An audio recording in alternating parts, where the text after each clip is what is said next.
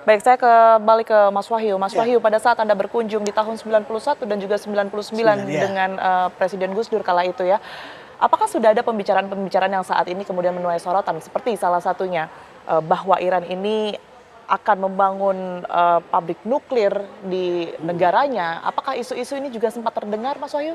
Iya, memang kami bicarakan tentang lebih banyak masalah agama dan kebudayaan. Tapi kemudian politik itu masuk ketika kunjungan yang kedua tahun 1999 ketika Gus Dur menjadi presiden.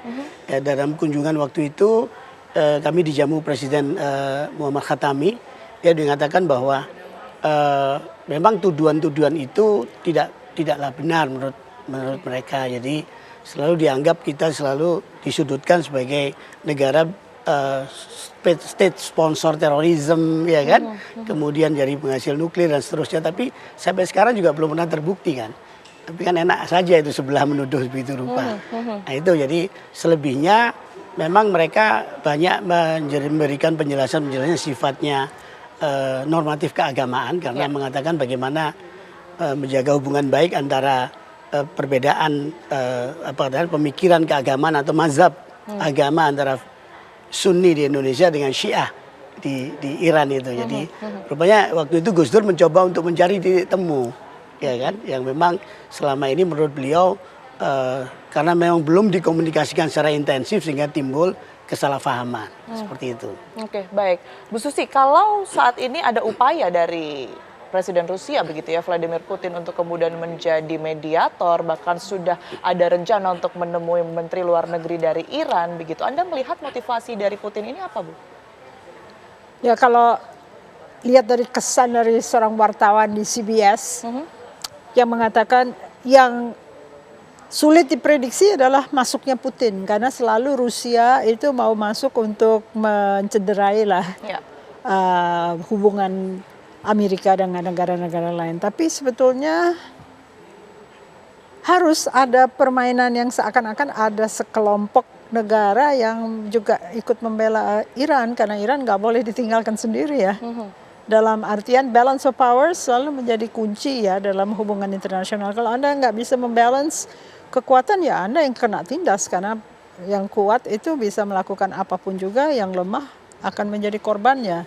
Jadi di sini lebih pada management of impression, oke?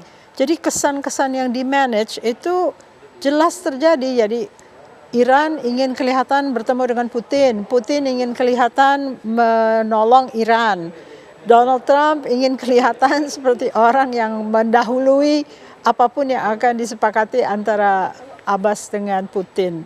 Jadi ini adalah persoalan permainan-permainan yang sangat canggih yang hanya bisa dilakukan oleh negara-negara yang memang berpikir untuk menciptakan kesan-kesan tersebut. Kadang-kadang orang suka lalai ya, dalam artian kesan itu nomor satu, reputasi itu nomor satu. Kalau kita reputasinya kurang baik ya akan akhirnya nggak punya investor gitu lah ya.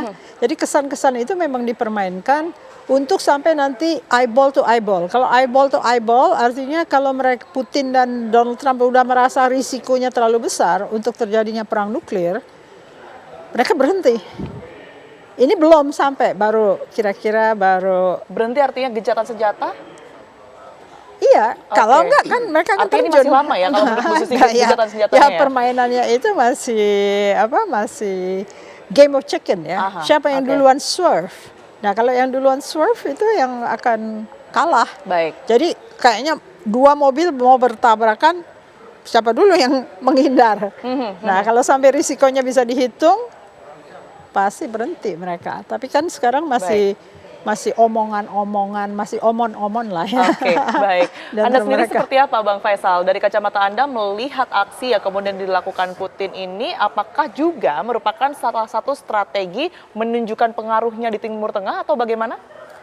Kalau saya lihat, latar belakang Putin sebagai perwira KGB yang mengalami masa perang dingin puluhan tahun, otomatis cara berpikirnya, backmind-nya pasti selalu antitesa Amerika. Jadi ketika Amerika berada di belakang Israel, ya Rusia harus berada di belakang Iran. Cuma kan kemarin kan Iran sudah menunjukkan bahwa negara itu Iran itu siap dan sudah menunjukkan bahwa membuktikan mereka bisa melawan Israel sendirian. Jadi kan tidak pernah ada permintaan bantuan atau macam-macam. Nah, terkait gencatan senjata sepihak ini sebenarnya harus kita lihat apa sih isi rumusan gencatan senjatanya. Kalau gencatan senjata hanya sekedar menghentikan perang Iran-Israel, tapi kecurigaan terhadap Iran atau propaganda negatif yang tidak pernah terbukti yang selama ini dilakukan Amerika dan Israel, ya itu sama saja gencatan senjata semu. Saya kira kalau tidak ada terus di follow up, ditindaklanjuti dengan pencabutan sanksi politik, ekonomi atau militer oleh Amerika terhadap Iran dan Eropa lain-lain, sekutu Amerika lainnya, ya ini cuma gencatan senjata semu. Saya kira ya Iran harus mempertahankan momentum untuk terus menyerang Israel. Oke, baik. Nanti usai jeda, saya akan ke Mas Wahyu begitu ya. Tetapi kita juga nanti akan turut melihat bagaimana kemudian ini proses evakuasi warga negara Indonesia yang berada di Iran untuk kembali ke tanah air. Usai jeda kami akan kembali untuk